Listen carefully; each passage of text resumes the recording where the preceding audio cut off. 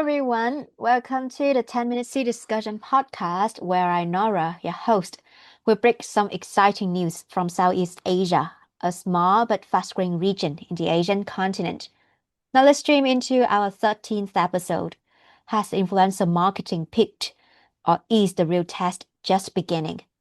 For today's episode, it's my great honor to have the participation of our guest, Hazel Yap, co-founder and COO of Serious Media, sharing her viewpoints about challenges on Singapore's influencer marketing. Welcome to the show, Hazel. How are you today?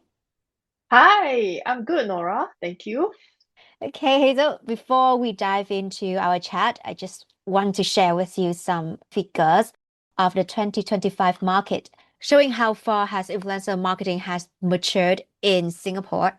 So, according to Anyminds report, 72% of Singaporean consumers have made a purchase based on influencer recommendations, and the consumer demographic spreads across three generations, X, Y, Z.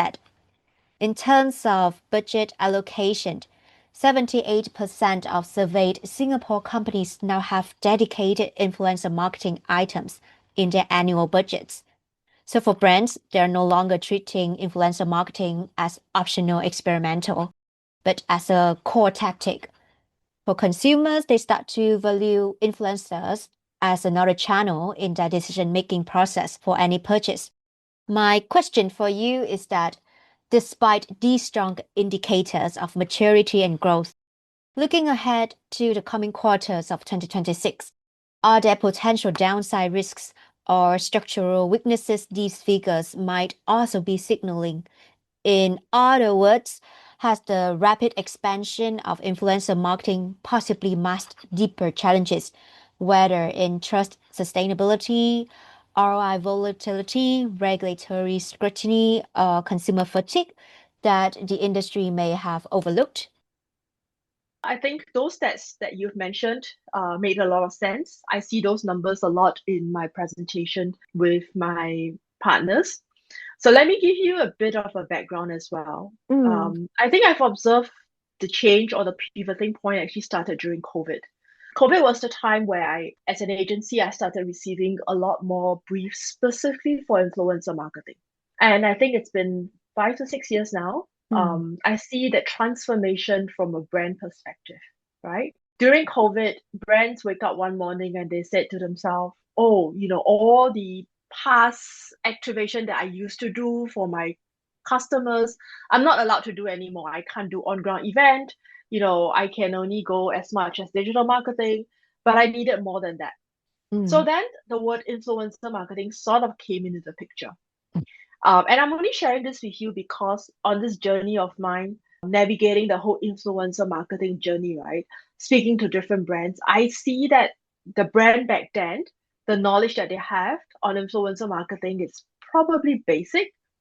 And to where they are right now, to your point of saying they have specifically put down an allocated budget, right, mm, in mm, their marketing plan. You can tell by this, how much have changed. mm, That said, while I like to think that the industry is booming, and it is, but there are definitely risks and weaknesses, right? So I will address this question from both the brand and creators' perspective. So I'll start off with the brand. mm, So I think what brands are doing, great, they have a budget there, but most brands are still tracking vanity matrices, mm, right? And I'm not saying all brands, but most brands. So what I mean by that is they are still coming to us and say, okay, how many likes I have, reach, views, mm, and what we call ROI. Nothing mm, wrong with it, but to me, that's not enough. They have the budget there as a line item. It's no longer just an experimental money. You know mm, how mm, when you start a new channel, right? You're not sure if it works. So mm, you call it like, okay, let me experiment that. I think brands have moved away from experiment and saying, okay, I think this is working for me. But the way they are tracking their ROI is still very much those matrices that I mentioned, mm, right? And I question whether is that enough. So that's one. The other thing, it's also the risk that no one talks about. Brands treating influencer marketing as a media buy rather than a relationship, right? mm, So they actually put money behind it. They will boost some of these posts, but we need to take a step back and ask ourselves, is influencer marketing seen as almost like a media buy channel? Or is it a relationship that the brand is trying to build? Mm. So what I would say here is, encouraging brands to do that, because when the relationship breaks, right, so does the trust, and that's what consumers are actually buying. So that's one from the brand's perspective. Now on the creator side as well, right? There's a lot more creators today as compared to many years back. And what I'm saying, creators now comes in different tier. It used to be celebrities, macro influencers, to now what we call micro and even nano, the everyday people. Mm. So, I think as more brands are now competing for the same tier, the mid-tier creator, fees actually goes up. But does that mean that performance is going up as well? That's a question. That's a risk there. Also, speaking to creators, and last year, Serious Fluence actually put together our first ever creator conference called the Confluence. And we got a chance to actually bring about 150 creators in the same room for the entire day. Mm. And one thing that has been spoken a lot about is there's fatigue, right? Creator burnout is also rising, Mm. especially amongst the micro influencers who are actually doing a lot of the heavy lifting for brands without long-term contracts or support. So it's very much a one-off that they are operating. Mm. So as Serious Fluence, right, the platform, we've been watching this since the very early days, and the conversations with brands have definitely shifted from how do we find influencers to how do we prove this actually works. Something that I personally really enjoy. Like I find myself, the person almost advocating for influencer marketing and seeing that change in brands. Mm. To me, that's a delight. I no longer sit there. I used to sit in front of a client, a new client, and really trying to sell the value of influencer marketing.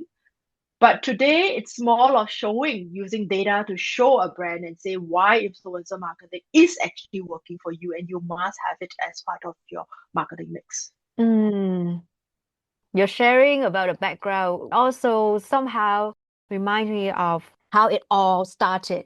Like I think Mm-hmm. these days, part of social media generation, sometimes I truly forget like how influencer marketing really kickstarted itself. When was it? And so far, how has it grown?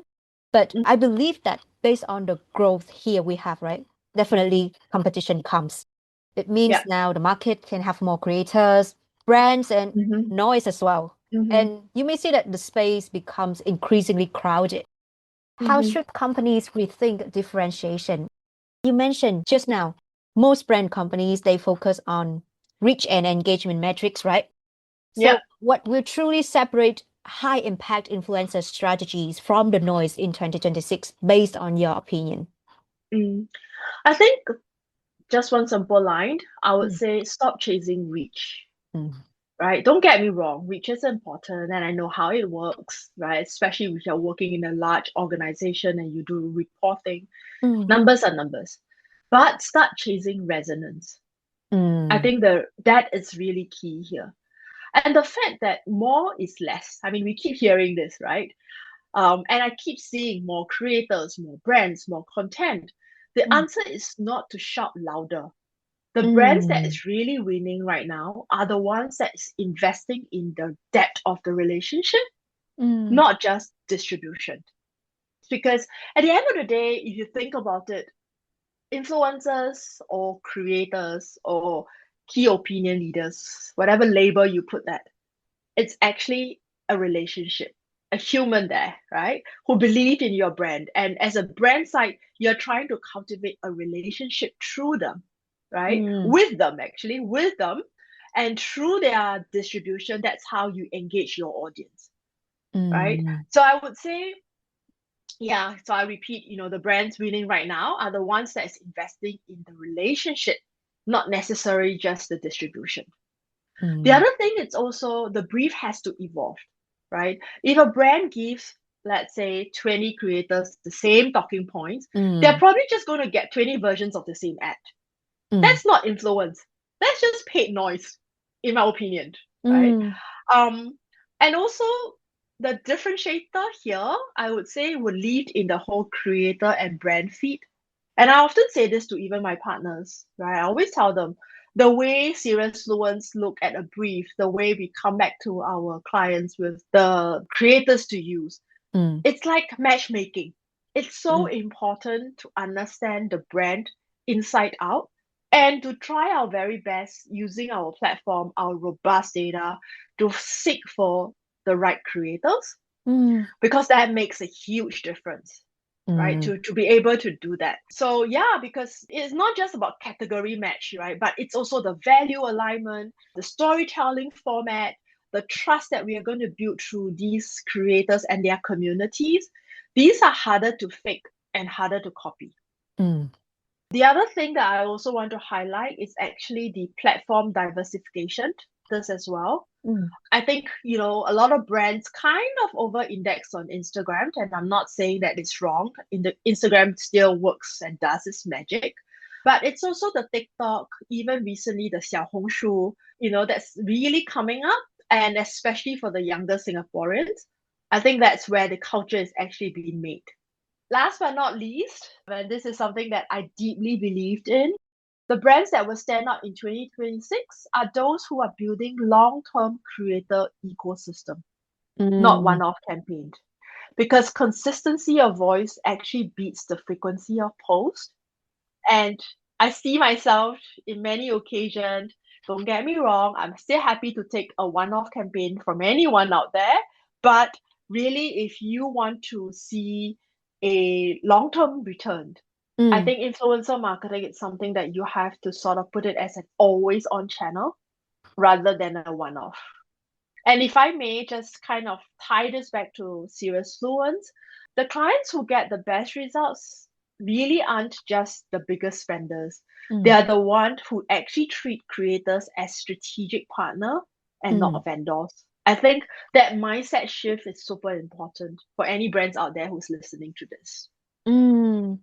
You just mentioned about a very critical point. Like some brand actually they make a brief and 20 different version of the same brief, Yeah. like distribute it out to 20 different voices of influencers.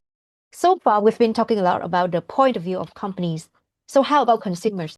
Let's just take me as a consumer here, I have to Mm-hmm. admit that sometimes I feel very bored, like scrolling through Instagram with the review and recommendation of content creators telling me about their thought on the new items. But I have to admit, yes, I feel like they have the same tone, same content Mm-hmm. each time they talk about this product. And I have to Mm-hmm. say that up to some point, I was very saturated and I didn't Mm, really want to enjoy that ad until the end. mm, So I don't want to say that I represent the majority of Instagram users out there, sure. but just thinking that in the future, will Mm-hmm. consumers in general be saturated due to like this huge boom of influencer marketing, which Mm-hmm. may somehow create diminishing returns at such a similar pace of how the market has bloomed? Mm-hmm. I think saturation, like it or not, is already here.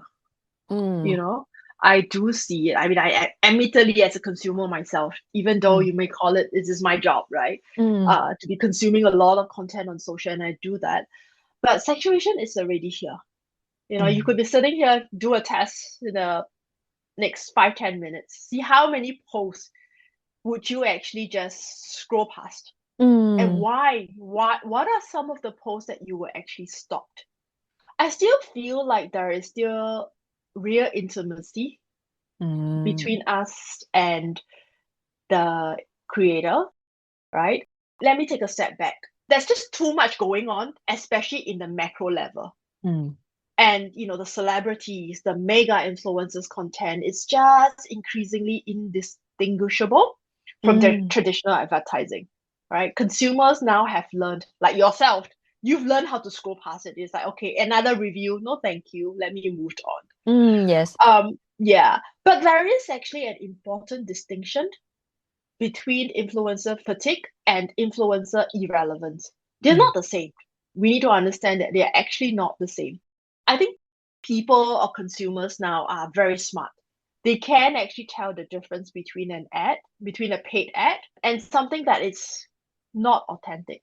I know we mm, keep using the word, I want authenticity, I want an honest opinion. I get that. But, there's some truth in it. It is true that that's what consumers want, right? Consumers Mm, rather go for something that is not polished as a mm, piece of content, something that's really raw, that's been shot using my iPhone, for example. mm, And that brings me to another point, and that's something that we are very passionate about at Serious Fluent site. And that's actually the future of creator landscape to mm, us is actually the nano influencers, the everyday people. And there's some data that backs this up. So nano influencers, which we call it under 10K followers, they are actually hitting the 3 to 5% engagement in Singapore, mm, right? Versus much lower rates for the macro tier. Yes, they might be smaller. I get that, they might have a smaller fan base, but their voice is a lot more trustworthy. For example, and I use this all the time. Say if you happen to be a coffee lover, and let's just say 2 blocks from where you stay, there's a new cafe that just opened up. Really small cafe, unknown brand.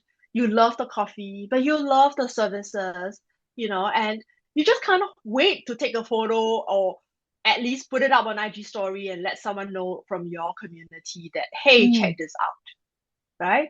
And sorry, I'm just putting out there, right? mm, I suppose you have maybe 1,000 followers mm, versus somebody who has like 100K mm, and maybe doing something similar, but then the second day, this person will be promoting yet another coffee, mm, right? So I think that's the difference between nano and macro influencers, and hence why we think that the future of the creator market is really the everyday people, the nano influencers. That's something that I wanted to highlight. The other thing, it's also the diminishing returns will actually hit brands who keep running the same playbook. mm, Right? And if you keep doing the same thing, there's no breakthrough. Obviously, there won't be a breakthrough in terms of the output. mm, And I think, genuine storytelling, not just product placement, is super important. Sorry, I went back to the brand again. But that's also true. I mean, it's this connection, right? From a brand perspective, try not to think of a content piece. I mean, the starting point should not be where do I place my product.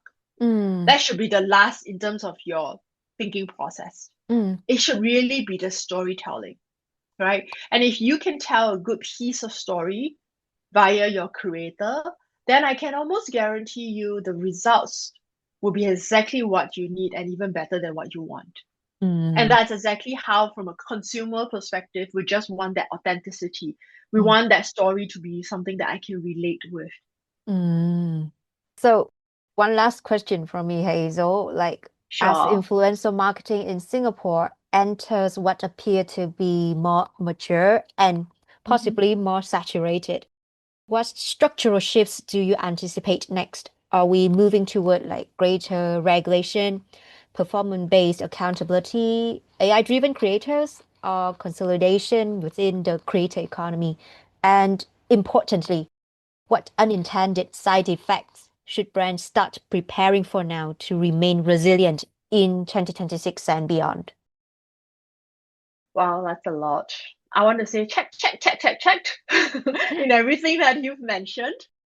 I think performance accountability, this is already happening. Yeah. Mm, So in 2026, brands are asking for leads, mm, conversions, revenue attribution, right? Not just impression. And this mm, came about quite apparent for me in the last 18 months. I think now they are also under the pressure to deliver, right? Because every dollar that they spend, they want to see an ROI. mm, And I often say that influencer marketing is great at top of the funnel, mm, but increasingly a lot of brands are looking at the bottom of the funnel, which is, can influencer marketing give me leads? Can it mm, convert tomorrow? How can I actually, get revenue from it? mm, So this whole shift from likes to lead is really a defining structural change at this moment. That's mm, my own observation. Second thing, our favorite word, AI. mm, Oh, we keep hearing this, how AI. They're part of our life now, and there are people who say, "Oh, why can't I just use AI creators?" Mm, Sure, you can, and don't get me wrong. I have AI with me the whole time. To help with my work processes. But AI creators, the differentiator is this: we have to be careful here. They're still mm, not real, right? mm, So AI generated influencers actually lack the lived experience and the mm, community trust that makes influence work. We need to mm, remember this. That goes back to authenticity. That's what I call lived experience, right? And I think in AI creators, they find a role in specific use cases, but mm, they can never replace human creators for anything that requires genuine connection. mm, Yeah, and I want to highlight the word here, genuine connection is the keyword why a brand wants to use influencer marketing as part of mm, their marketing mix. And then the last thing, it's really consolidation. I think that's the most underrated shift. We're already seeing professional creator businesses kind of emerge, right? Go speak to some of the creators out there. They are now, doing multiple things. They mm, are a creator, yes. They have managers with them. They have editors. They also wearing the brand strategies hat. The long tail of individual creators will actually thin out, and the ones who will survive, right, would actually have to run their career or their creator business almost mm. like a media companies. They need to do many, many things at one go as a creator. So I often say that as a creator, as a career, it's no different from me running a business. It's almost the same, if Mm. not sometimes more stressful. Actually, right, your sharing just helped me realize, like, first, as a point of view of a social media user, sometimes I think influencer marketing creators, it seems like a very, I don't want to say like a very easy job. It seems like a job that brings fast profit, but also some kind of, at first, because you can see like how most influencers can help brand gain the reach, right? I thought, Hmm. okay, if you like, you have a good storytelling, you have good voice, good followers on Instagram, definitely you may gain profit from here. But yeah, after talking to you, I can see that, hey, this market is getting closer to the saturation point, or actually is in the the Hmm. period of saturation. And Hmm. how risky it is if brand they don't really recognize this as soon as possible and change their tactic.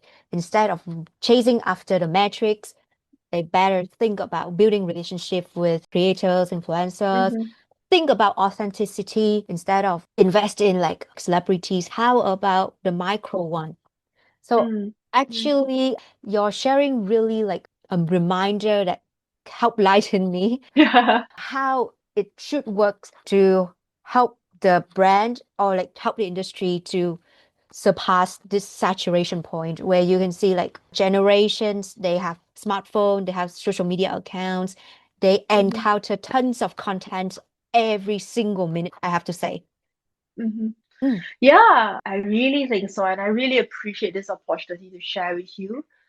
It's sort of like you make me stop my job, and take 10 steps mm, away from it and say, now let me do a quick reflection on how the last 8 years have been. 8 years ago, I was really just convincing brands to try influencer marketing, mm, right? Just like if you recall the word digital marketing, right? mm, That hasn't been that long ago. mm, And back then, a lot of us were like, especially marketeers, right? Were like jumping into digital marketing. What do we really know except to say, I have a Facebook account? mm, And in many ways, it's the same for influencer marketing, right? 8 years ago, I was convincing brands to try influencer marketing. It's something that they sort of heard about, but they haven't done enough. So they were not certain if this worked. mm, Today, things have changed so much. I'm helping them navigate a very mature, almost complex ecosystem, mm, right? The questions have completely changed. And in many ways, I like to think it's a good sign. It shows that, okay, the industry, it means this ecosystem has earned its seat at the table. mm, Now it's really saying, okay, now it's saturation, it's this, it's that. How do we overcome this collectively, both mm, from a brand perspective as well as the creators? Because it's mm, an ecosystem. And mm, ultimately, we serve the same audience, which is people like yourself and me. Yeah. Okay, so that was a very long, but I have to say it was a nice chat with you, actually. It's really my pleasure to have you here with me today. Thank you so much for your viewpoints, and I hope we'll have some more chances to talk again and wish you all the best to come. Thank you. Thank you so much, Nora. Okay, thank you so much. Goodbye. Thank you. So that's the end of today's episode. I hope you enjoyed it and found the news interesting. For your convenient reference to further details of the news I mentioned, please find the links to my blog page in the description, where I have compiled all the related information. If you have any questions, or you want to discuss more on what I shared today, please leave your comments below. I would love to talk to each of you more as well. You can search for more episodes of this 10-minute C discussion podcast on Apple Podcasts, Spotify, YouTube Podcasts, and my own blog page. Thank you for listening to today's episode all the way to the end. And I hope to see you again in my next episode of 10-minute C discussion, which will be released soon. Once again, this is Nora, your host. Thank you so much and goodbye.